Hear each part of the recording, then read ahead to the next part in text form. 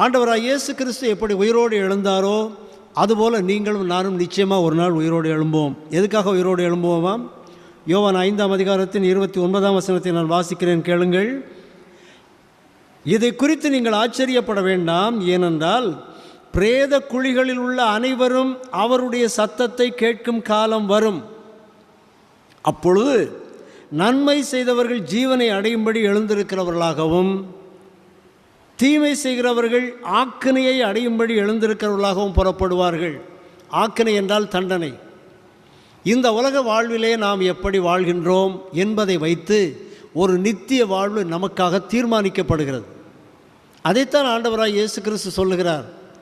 இந்த உலகத்திலே நீ எப்படி வாழ்கிறாயோ அதை வைத்துத்தான் உனக்கு நித்தியமான வாழ்வு தீர்மானிக்கப்படுகிறது. ஒன்று நித்திய நரகம், இல்லை என்றால் நித்திய மோட்சம். இந்த ரெண்டில் ஒன்றுக்கு மனுஷன் போய்